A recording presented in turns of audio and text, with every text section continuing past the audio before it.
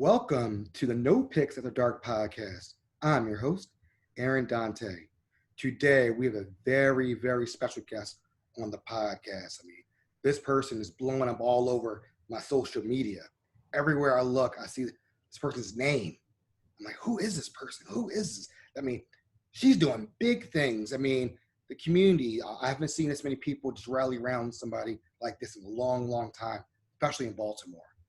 And I'm just like, I had to get her on my show. I really do. And without further ado, Miss Franca Muller Paz, how are you doing today?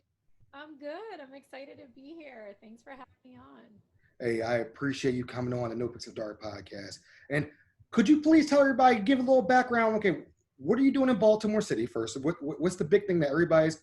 I see you on my social media. Let's talk about that, and then let's talk about a little bit about you. So let's that's twofold. Go ahead, your show. Yeah, you got it. Well, so I'm a teacher. I've been teaching in public schools for the last 10 years. Right now, I am a teacher at Baltimore City College. So, for the city people out there, city forever, but we got love for everybody.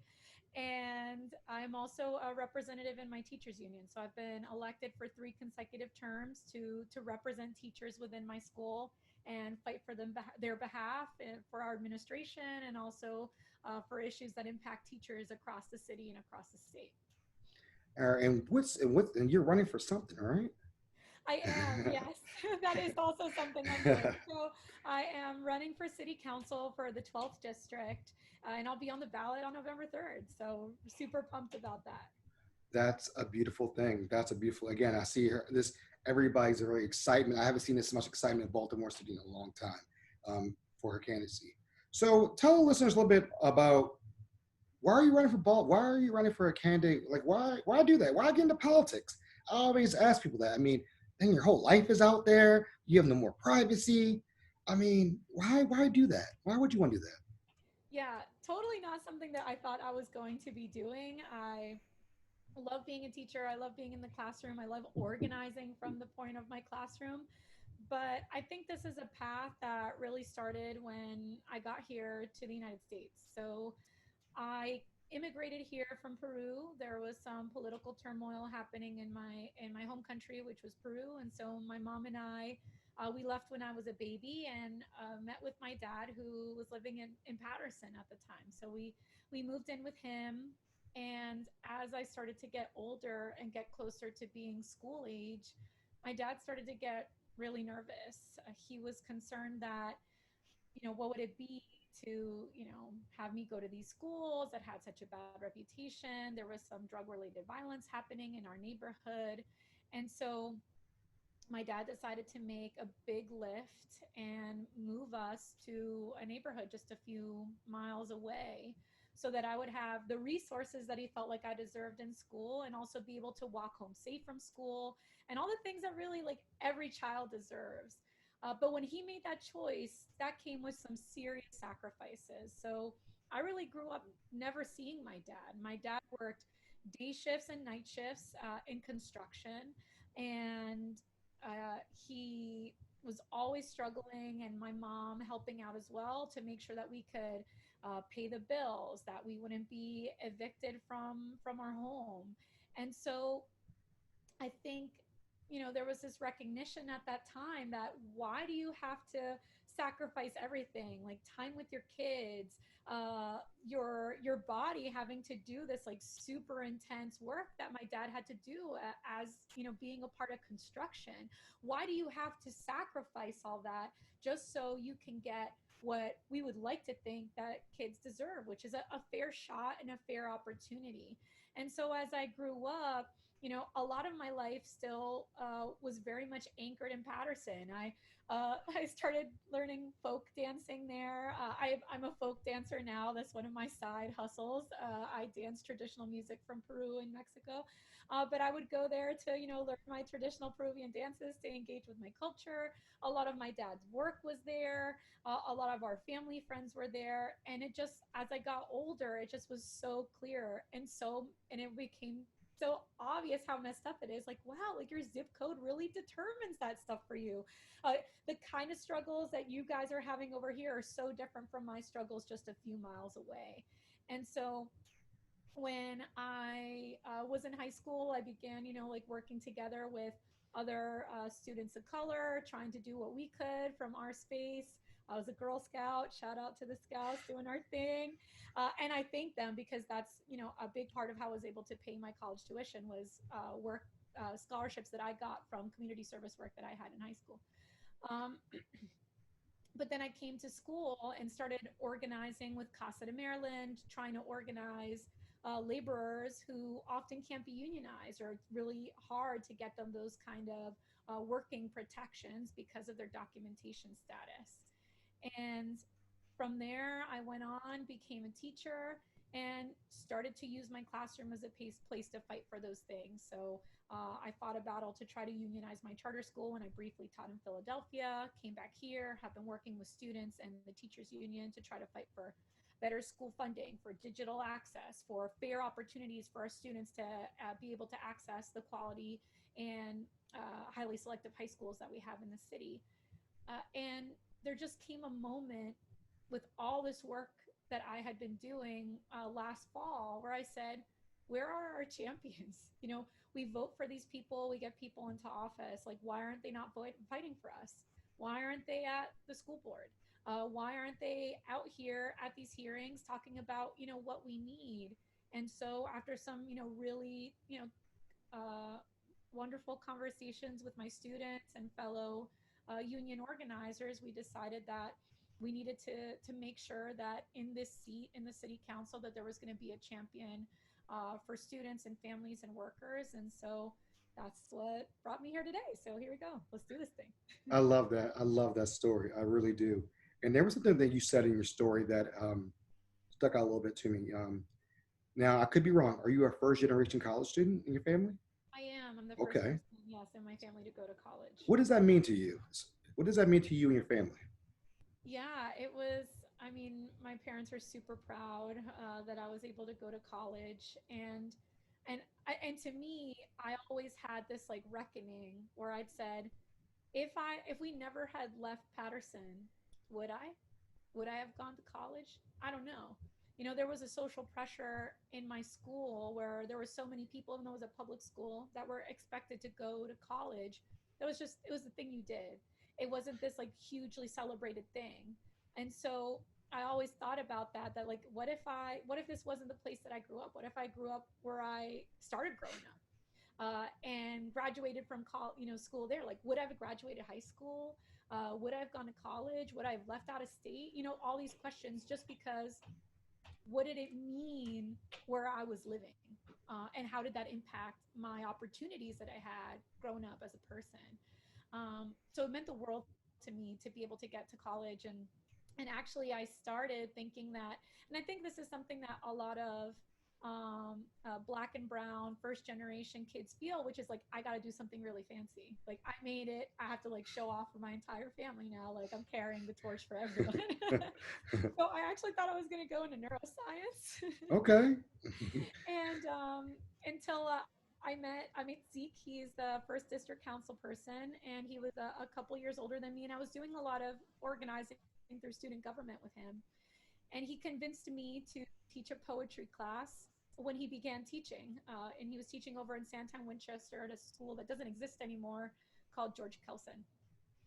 And so I started teaching a all young women's poetry class there. And then when he's taught in Cherry Hill, I taught this after school program there too that I created with the students. We made it together, and then I just knew that's what I wanted to do. I didn't want to be locked up in a lab all day. I wanted to be around young people because I thought their voices were so powerful, and that if people could just hear all their super astute, super lucid interpretations of what's happening in the world. Like, there's no one more critically conscious than a teen like in Baltimore. I just feel like they really know what's going on, and it's just about making sure that they have the spaces to share this incredible knowledge that they've built just as young people. And I really wanted to be a part of that. So thanks to that experience, it was a little different from the journey the way it had started when I went to school. All right. That's okay. So let's get into a little bit. You're in the Green Party. Now I'm gonna skip around a little bit. Yeah. When you're growing up, was your family? Democratic, Republican. I mean, that was a two-party system for the longest time. What was your household like? Was it system? What was it growing up? Yeah. My parents were really different. So my mom, we, yeah, in Peru, there was a massive oppression of free speech and thought. And so my mom was really scared to talk about politics ever. And she's actually really blossomed and really become a much more political person than she really would allow herself to be. And she would tell me that, I have this fear. I have this fear that I'll say something and then I'm going to end up in a cell somewhere and someone's going to like, and I kid you not, she told me like, if someone is going to be taking off my fingernails because it's something that happened to someone that was really close to her. And so my mom was really scared to be political. My dad, on the other hand, he had been a military guy in Peru, and that wasn't really the life meant for him. But he needed like some financial independence, and the way to get that was by being in the military. So he went into the military when he was 15 years old. Yeah, crazy stuff going on. So he went into the military as a 15-year-old, and uh, he saw what it was like to be on the repressive side of what our government was trying to do. And that's ultimately one of the reasons that he left Peru, is that he was being forced to go to student protests and stop them by any means necessary. And, you know, he didn't want to be a part of that. And he also had people, his friends that were in the army with him, that would go to break up what they would call like terrorist cells in the jungle, and they would come back crazy because they had been forced to commit like crimes against humanity, right? Like, and so my dad was like, I don't want to go there. I don't want to do those things. I don't want that to happen to me. And so he got out and he came to the United States. So my dad is super political. I think like that really radicalized him. So my dad's always been super left. He's always been like very against the use of police power because he saw what it was like to be on that side, and he was just disgusted by it. And he really feels like you have a choice, like you don't have to take orders, like you can leave if you want to. And so I think he really feels really strongly when like these incidents pop up where police commit these horrible crimes and abuses. He's just like, you know they don't need to be a part of that. Like they could have gotten out long ago and they chose not to. So they need to be, their crimes need to be handled for real. But yeah, that's my dad's story. So my dad always read the newspaper, always knew what was going on, and so I definitely uh, love talking with him about politics since I was a little kid. Thank you. I'm just like I said, I'm painting the picture right now. Just painting a picture of you and just getting, and just so the audience can understand background and everything. So I guess how did the Green Party come to you? Like, did they come to you or did you find them? I mean, I did. Again, I told you before we started. I did an interview earlier this year with a Green Party representative, and I didn't know I had so many friends that were in the Green Party. I did not know. I had friends reaching out from California, Colorado, all these different states, and I'm like, I didn't know. I mean, again, we don't talk about those type of things, but they came out and said they loved that episode. How did the Green Party come to you, or did you go to them? How did this marriage like make it? How did this happen? Yeah, I think it happened for me because I felt tremendously lost and disappointed in the Democratic Party. I'm a Latina, and when I was so excited, went and like did I don't know what they were called at the time because I'm thinking like Bernie journeys, but like I did a Barack journey, and went to Pittsburgh for a GOTV, all this stuff. I was so excited, and so much of that was like, oh my gosh, we're gonna do so much for immigrant kids and immigrant families. Like we really stand with you. We're behind you. Like let's do this. Let's get. And our community was super mobilized and energized to get him elected.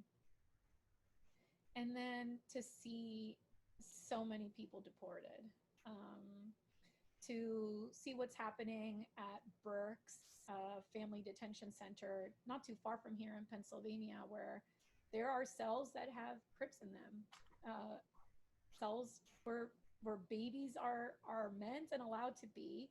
Um, a kinder form of family detention than what we see under Donald Trump, but still a form of family detention. And, we're incarcerating children and infants. And they were during that time.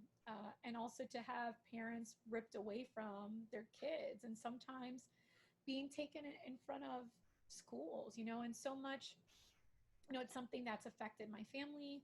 It's something that's affected my close friends. And so when Hillary was running, I had a really hard time, like, not teasing her apart from that. Like, I felt like a lot of harm had been done and that a lot of promises had been made to our community. And I felt kind of used. Like, oh, we did all this work to get you in office, and then, like, the most deportations ever, you know that was soul crushing, for me. And so that's when I began to really want to look towards one more progressive candidates, but to also see, like, maybe there's another way and another place that, I can call home as a party. um, and that's when I became green curious. Nice, nice. So, okay, we talk a little bit about that. And you work in Baltimore City. I do. Now, I read something about you were involved with a situation with, it may have been you, I don't know, about kids trying to get into city high school Yes. and with the language barrier, correct? Yep. See, Yep. I did my homework today. I did You my homework today, surely folks. did. And Wow, that, that's an old article. right, I don't even do my homework. I didn't even do my homework in high school, so I don't know how. But there was an article that, so you're, along the lines of what you're talking about right now, there was an article that came out about how you had Latinos coming that were in grade school, in middle school, trying to get into city high school. Um, Give people a little background about how hard it is to get into Baltimore. I have audience outside of Baltimore. Give people a little background how hard it is to get into city and poly high schools, and how hard it would be if it's not your first language as English. Yeah. I'll talk about it through a story of how Perfect. middle schoolers respond when they find out where they're going to go to high school. Okay. So there's a ton of great high schools around our city, with incredible legacies, but there's definitely this, like, huge for a student that is super academically driven, who is, like, really fired up about going to college. There is a huge drive to want to get into city or poly, which is one of the oldest high school rivalries and oldest public schools in the nation. Um, and they're incredible schools that offer tremendous opportunities.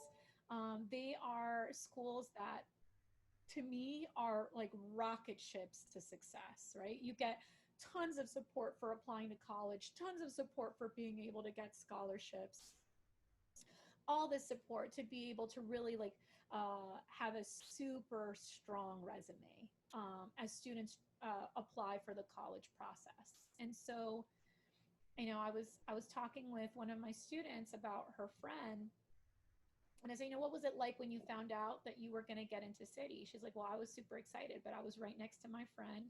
And when she found out her composite score wasn't going to be enough, she just broke down crying, and she said, I'm not enough. There's nothing for me. And that's coming from, like, a 14-year-old, right? So I think there's a lot that we need to unpack there. We need to make sure that all the schools in Baltimore are somewhere that our students feel really proud and excited to get to attend. All these schools should offer the opportunities that students need. But we can't deny that when you go to city, you go to poly, there is a college acceptance rate that is just sky high, right? It's like over 98%. And then there are schools that it's much lower, and have also, like, drastic dropout rates compared to city and poly and Western and Dunbar and some of these, highly selective schools that we have in Baltimore. And so what we began to realize as organizers of immigrant students, and these are students from the Middle East, from China, from Latin America, they realized, wow, where are the ESOL students? We keep hearing that this ESOL population is growing and growing and growing. Like, where are they at? They're not, why aren't they here? Why don't we have any students that are receiving ESOL services? And so when we dug into what was going on, we realized that it was the process for how you get in. And there is this test that you need to take. So there's a formula that decides whether or not you're going to get into city or poly or one of these highly selective schools. And as a part of that formula, there's a standardized test you have to take. And that standardized test is in English. So if you just arrived as an immigrant student and maybe you've been here 2 years, you could be Einstein. But if you speak Chinese, you're not going to city or poly, right? You're gonna go somewhere else. And in all honesty, there is certainly like a funneling process of sending kids to certain schools because that's where they have more ESOL support. So we thought it was really important that all students be given fair opportunity and that we shouldn't be restricting where students get to go based on language. And we even consulted the ACLU, and one of their lawyers said, like, this appears to be in violation of the rights of students because you cannot bar a student from an educational program on the basis of language.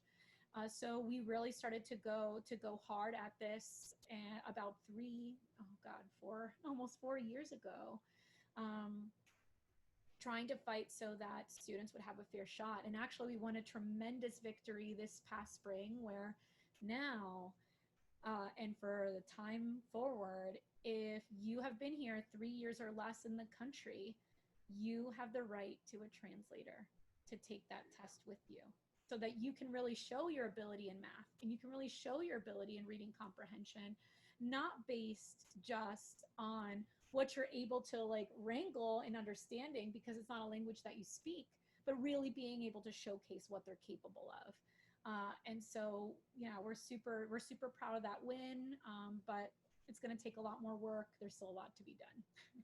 Thank you so much. I really wanted to get that story in here and ask you that question because I thought it was very, very important. I And really if I, loved. Go yeah, ahead. and if I could add, when we were going through this process, we uncovered that there's a lot of groups that are left out and marginalized from being able to attend these schools. So that intent includes students that have specialized learning plans, not well represented given the proportion of them that are in city schools and then what you see present in these highly selective schools. Then students that experience homelessness, very, very, very, very small portion of them make it into these schools. Students that come from middle schools that are located in areas of concentrated poverty. Um, it is insane. There are parts of the school system where over 90% of students at a given middle school will get into a highly selective school. There are parts of the school system where 5% get into a highly selective school. Wow. And that is totally driven on lines of race and class. And so, as a part of this work, Somos has also been pushing to make sure that we need to examine what's going on there and change this process so that it can be more fair and equal to all students to have a fair opportunity to attend these incredible schools. Thank you. So now that leads me into the candidate, Miss Franca here. We're going to go get the candidate here. The digital divide. Since we're talking about it, we're staying on those lines because you're talking about a couple seconds ago. Digital divide. You and I spoke before, got on about the Taco Bell incident that happened in California to two students that couldn't afford Wi-Fi and they had to use Taco Bell. You've been outspoken and out for with you saying about digital divide, Comcast. Can you explain a little bit about some of that's part of your platform? Yeah, absolutely. So this became a really big passion for me because as soon as we started, and you mentioned that your partner is also an educator, so I'm sure they also struggled with something similar. That as soon as we brought these classes online, I was like, oh, like, Houston, we got a problem. There's like, Mm-hmm. I have a class that's supposed to have 35 kids in it, and there's three in this, in this Google Meet. There's something really wrong here. And as the days went on, I was like, where are the students that never miss school? Students that are never late to class, students that turn in every assignment, like where did they go? And what we started to learn is that a lot of these students didn't have the tools to be able to get online, period. And when we looked at research done that was showcased by the Able Foundation in May, we found out that uh, it really breaks down online's race. Mm-hmm. So when it comes to like broadband internet, which is nice, stable, more high speed internet access, over 70% of white households have access to broadband internet, about 54% of black households, and or sorry, 50.4% of black households, and then 46% of Latinx households. And so when we look at this problem, you realize that, man, if we don't get internet to kids, one in every two, black and brown children are not going to be in our classrooms starting Tuesday. It's just not, it's not happening. And so when all of their education is based online, that means that one in every two black and brown kids is not going to get educated. And they have a constitutional right to receive a quality education. And so this to me was like paramount. Like, it doesn't matter how amazing my classroom experience is if there isn't actually a fair opportunity for students to be able to attend it, right? So we started getting to work and grinding on, getting this done. So we really pushed City Hall. We won $3 million from City Hall to address the digital divide. BTU put a Baltimore Teachers Union put a ton of pressure on the school district, saying like, this is urgent. You can't wait. Buy the devices now. Let's go. Let's go. Let's go. Give up all the district. Give up all the devices that are in the schools, and that's what the school district did. Like, every device that wasn't nailed down to the floor went out to families, right? That's going to be really complicated when you come back to physical school eventually, but we'll solve that problem when we get there. And then we were like, okay, we're trying to get all these devices into kids' hands, but what good are they if they don't have internet? So we started trying to work with Comcast and reaching out and saying, hey, like, you have this Internet Essentials program. We've been trying to connect a bunch of our students to it, and you know what? It's not fast enough. So the speeds that Internet Essentials uses, which is a low income program that Comcast provides for families, uh, they just upped their speeds during the crisis, and they really want to be like applauded for upping their speeds during the crisis.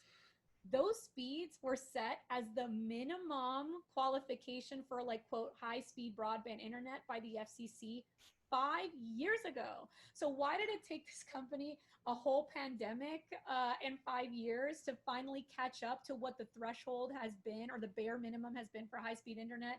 I can't answer that for them. But so we came to them and said, like, these were considered high speeds 5 years ago.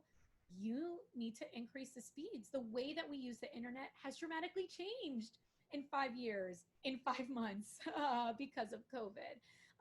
And they're no longer enough. And what we see is that kids every day are having to ration out internet with their families to figure out who's going to get online. So one of the organizers in Somos, Students Organizing a Multicultural Open Society, a group that got started in my classroom with the support of a couple other educators 6 years ago.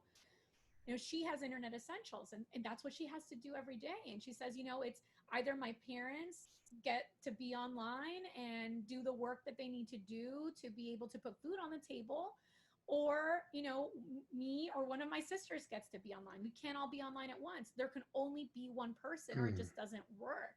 And so we have been saying to Comcast, like, can you please make this modification? And they have been totally unwilling, which I think is disgraceful, because this is the best second quarter during COVID they've had in 13 years in new paying customers.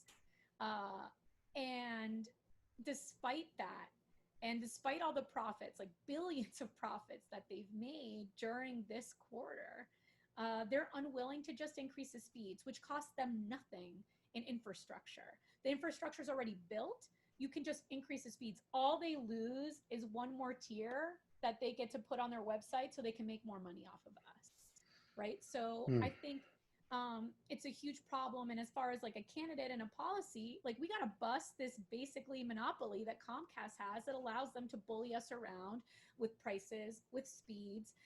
And we need to start working towards municipal internet because, like, after an entire summer and spring of doing it, like, I'm already tired of trying to grovel at the feet of a corporation to try to make sure that they have, a conscience.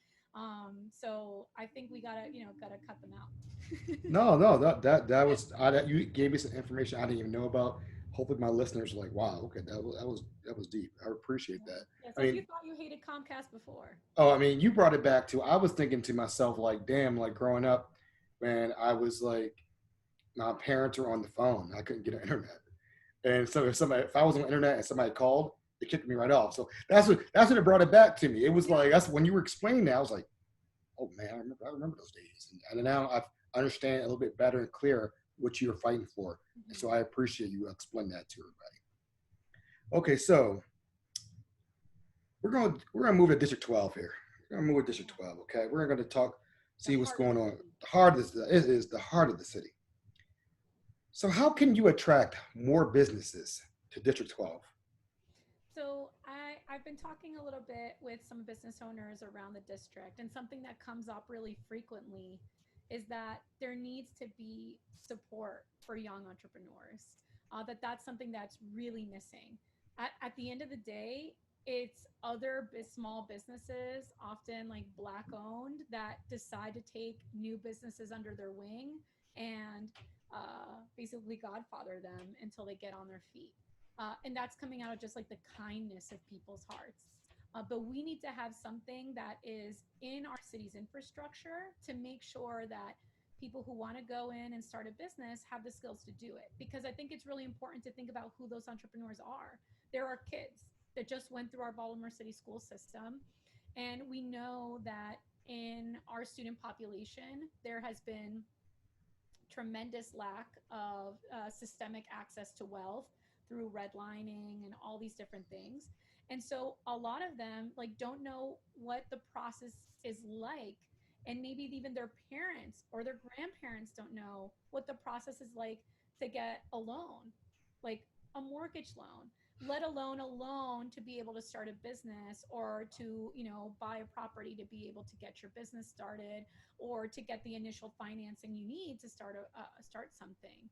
And so I think it's really important that we have to realize where our young business, men and women are at, and say, all right, a lot of these students have not grown up in a household where they necessarily got the education around personal finance that they needed. Right now, it's not even a requirement in high school, which is something else that we have to change about, like really teaching our kids how to manage finance.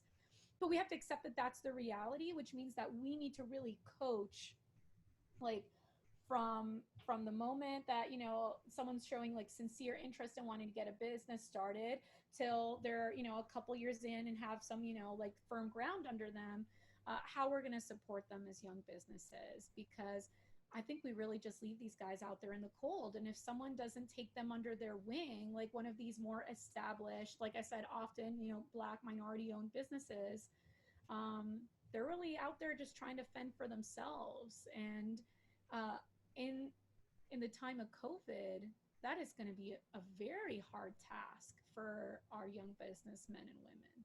Okay, all right. So how have the community stakeholders embraced you when you announced that you would be running as a candidate?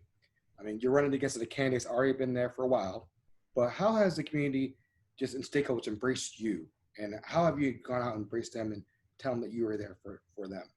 Yeah, it's been really exciting. So, like I said, like I was not thinking that I was going to go into politics. It's not something I had planned. It more felt like a necessity, especially when we had some really solid progressive challengers in the primary, and I was really rooting for them to take it home, and it didn't happen. And so that's when I was like, all right, like we got someone's got to do it. Let's just let's do this thing. and try to fight it out in the general. But I feel like I've been really embraced by teachers, which are huge, community stakeholders in our city. The vast majority of donations have come from teachers. We have had some really great endorsements coming up lately. So, been endorsed by the Sierra Club, by Sunrise Movement Baltimore, by Baltimore Women United. Excited for others that are going to come up, even by congressional candidates that really got some exciting progressive energy under them, like Michaela Wilkes. And so they really embraced me. And then I went to the different candidates, that have run, that had run in the primary, this in 2020 or had run in 2016 in the general, and said, hey, I'm thinking about running. I want to get advice. And often I was calling for advice or something, and they're like, all right, yeah, I'm endorsing you. Let me tell me where I can donate, and I'll send a check. And I was like, well, like that wasn't even what I was calling about, but thank you. So, and we brought in a lot of folks that have been former primary challengers or candidates in this race, and they're a part of the team, and they're helping to lead the ship, and it's been amazing. So I feel like we've built a really strong 12th District Coalition. I really loved getting to meet with community associations and the warm welcome I've had from community members there. And to me, super valuable and strong contingent of our city is our youth. And a lot of our campaign is led by youth. I like to call folks, campaign managers. I think it's really important for folks to have like a really serious and important title in the campaign. So we have three to have different sort of focuses that they do within the campaign, and they're all former youth organizers. Uh, that I worked with when they were teens and saw all the incredible stuff they were capable of when they were like 15, 16 years old. And now they just graduated college or in the process of wrapping up their college education. And so they've been really exciting to bring on. And I hope they will be the next generation of, political strategists and politicians in the city to come. But they have really, brought a strong voice, and that's why we have a lot of youth in our campaign too that represent different organizations. So yeah, I've been feeling really embraced, and it makes me feel, better and stronger about taking this decision to run every day. All right, I like that. So, how would you promote to families that are living or think about living in District 12? Is a great place to raise families. I always go back to that because, you know, strong communities, that's what it's all about. Strong community associations, families. How do you tell, if I'm a constituent and I'm living there and I'm like, I have to move to District 3, they got better schools over there. That's where I live. So, but yeah, well, no, I'm just using Yeah. this as an example. But but how do you keep those good families and saying, hey, don't move here, don't move, stay in District 12. We have some things going on that are great that are coming up, and we are really, as a candidate, how do you tell that, and then how do you tell people who maybe want to move into your district, to that district? How would you go out and say that?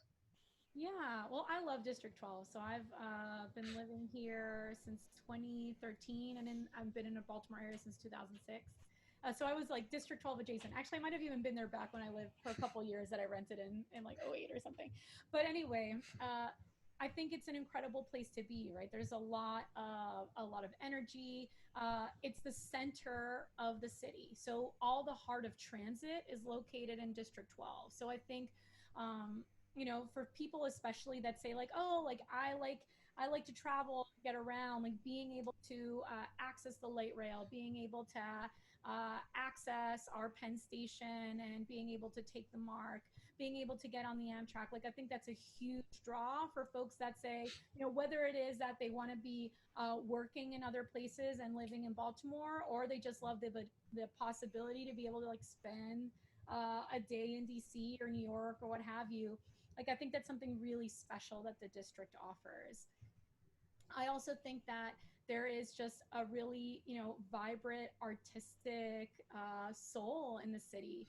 A lot of incredible places where you can hear some of the best music, right? There's Terra Cafe on 25th Street, that whole strip on North Avenue that is really an anchor for artists in the city. And so I think, yeah, it's a district that has a lot of culture, a lot of soul, and a lot of opportunity to be able to get around.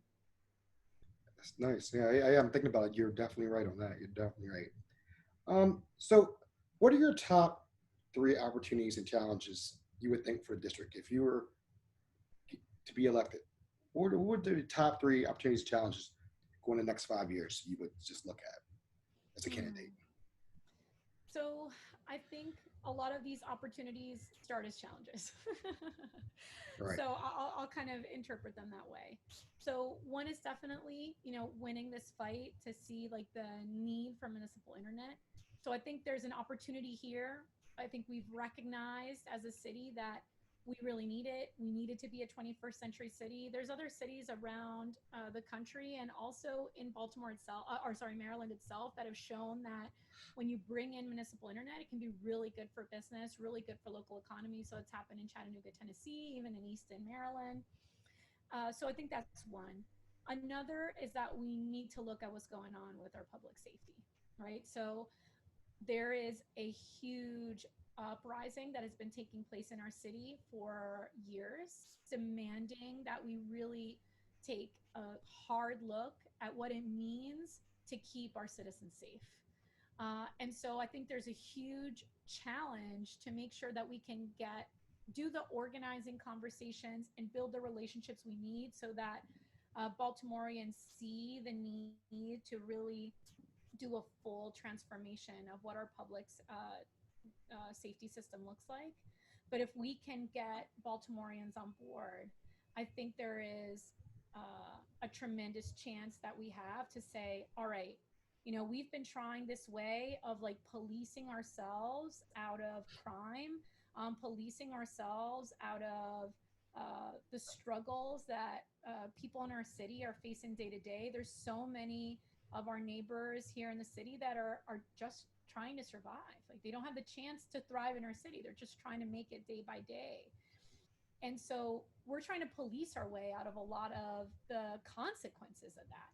And it hasn't been working, right? Our homicide numbers go up, the clearance rate on these crimes is going up. And so I think there is a chance here to say, all right, what do we think are the real root causes of these challenges in our city and the crime and the hurt and that takes place and the hurt is real, right? It's robbing us of people, it's robbed us of students, it's robbed us of people that we hold dear and cherish.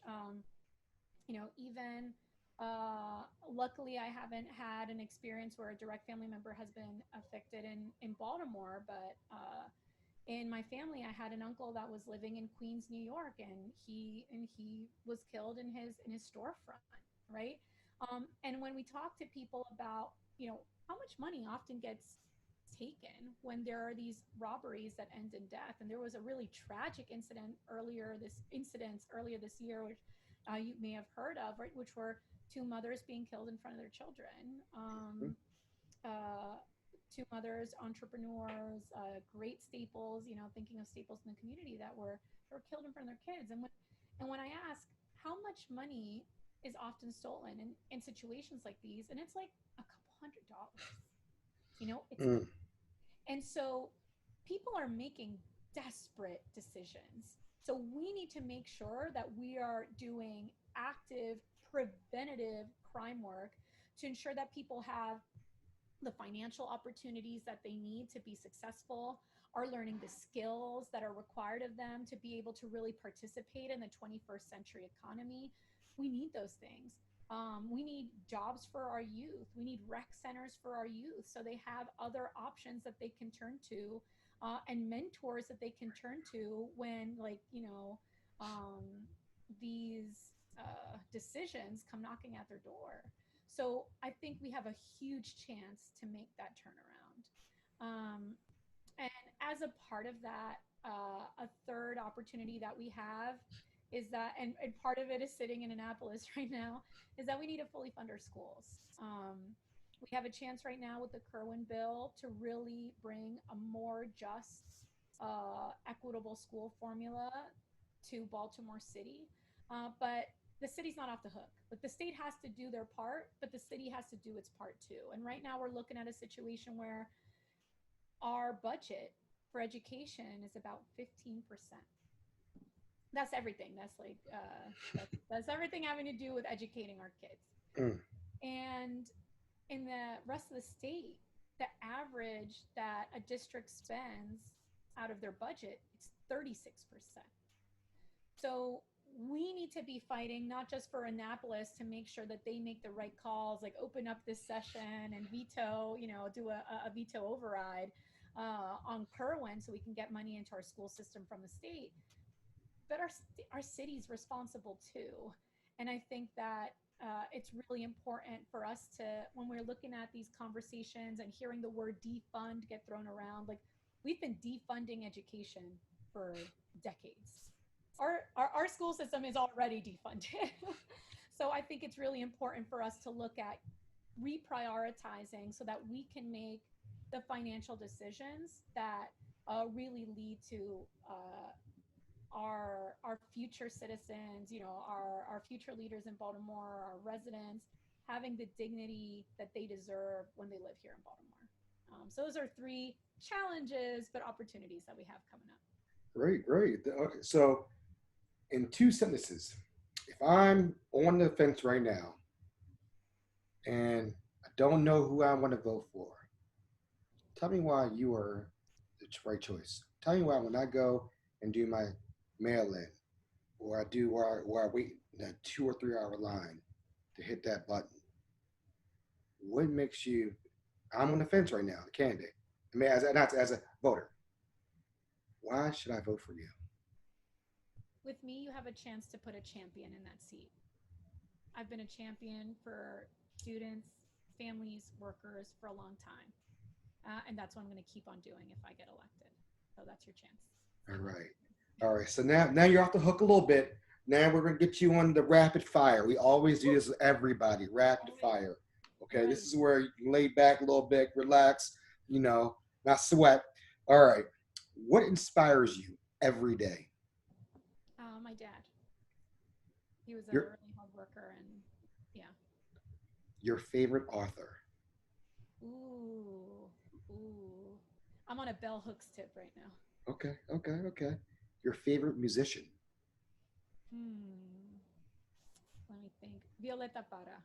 She's Okay, a radical Chilean musician that I absolutely love. all right. Best crab cake in Baltimore? Oh, I'm a big fan of Bo Brooks. I like that, you get to see the ocean and that big tower. That's where I like to take family when they come to visit. Okay. Best brunch in Baltimore? Oh, ooh, that's tough. That's a tough one. You can name two. You can name two. You know what? I love like Water for Chocolate over by Patterson Park, and I just think that chef is amazing, and he just makes you feel so welcome. Love that place. All right. The mystery question: flats or drums? I told you this question. I was like, what? I vote boneless. I like hate food that makes me feel really messy, and I feel like I can't like eat wings without like getting like not just like around my mouth, but like on my ear and forehead and stuff. Like I just need it clean. So So, hook me up with those boneless wings. favorite city to visit? I really like Chicago. Favorite local beer? Ooh, favorite local beer. Can I pick Mead? I like Mead. They're in the district too. I So knew you were going to ask. I was hoping you stayed in the district. All right. What is the best advice you have ever received? hmm. That you're never too old to do something. So I never had really been an astute guitar player or anything like that, but I started with a group of women friends of mine, a band 4 years ago, and a lot of us had never played anything, um, and I think it's never too late. You can always learn, and you can always create something beautiful, whether that's knowledge, whether that's a skill, whether it's art. It's just never too late. It's never too late to become an expert in something that you wanted to do. Never too late to try to change the route of your life. And I've really carried that with me a long time. All right. So now this is time to plug where people can donate. Where can people find your social media? The Twitters, everything. I mean, TikTok. I don't know. Whatever everybody's doing nowadays. And also, I wanted to give you kudos to you. I saw some numbers that you raised. I could be wrong. 50K since you've started. Is that correct or wrong? Am I wrong on So that? we're actually up a little bit right Oh, now. hey, So that's an even better thing. Sorry. So there you go. There you go. A little bit more. yeah, so we closed out the month of August with over $56,000. All right. And for us to be on track for our fundraising, we needed 40. So we like finished up with 16K more, which felt pretty good. We also, if you include in kind contributions, we're at over $60,000. We have 954 individual donors donating to the campaign, and we have over 270 volunteers working with the campaign. That's nice. Nice. So where can we find you? Where can we donate? Where can people find out a little bit more about you, your platforms, and all that good information? Yes, so they should go to francaforthepeople.com. You can sign up to donate, you can sign up to volunteer. So please check it out, francaforthepeople.com. And this fight is not easy. We are fighting against an incumbent, we're fighting against an entrenched Democratic machine. So we really need all hands on deck. So if you can help out, make some calls for the campaign. Doesn't matter where you live, you can send texts for the campaign, whether you're in Baltimore, you're in Albuquerque, you're in LA, you can help. And we need donations to help this work. I pay a family sustaining wage to everyone that's a part of this campaign. And so to be able to pay the wages that our staff deserve, to be able to get the mail out there, to be able to get the lit, all the things that we need to do really depends on our ability to raise money. So check us out, francaforthepeople.com. And with that, folks, we're out. Thank you for coming on the Nopixafterdark podcast. You're off the hot seat now. Thanks, Aaron.